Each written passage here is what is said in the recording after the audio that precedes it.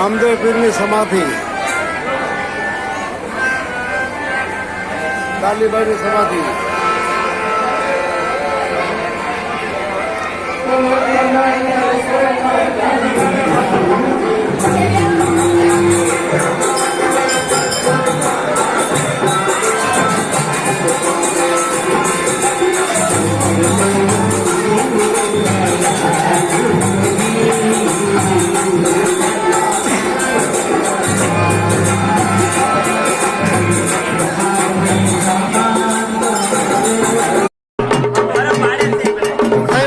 મંદિર,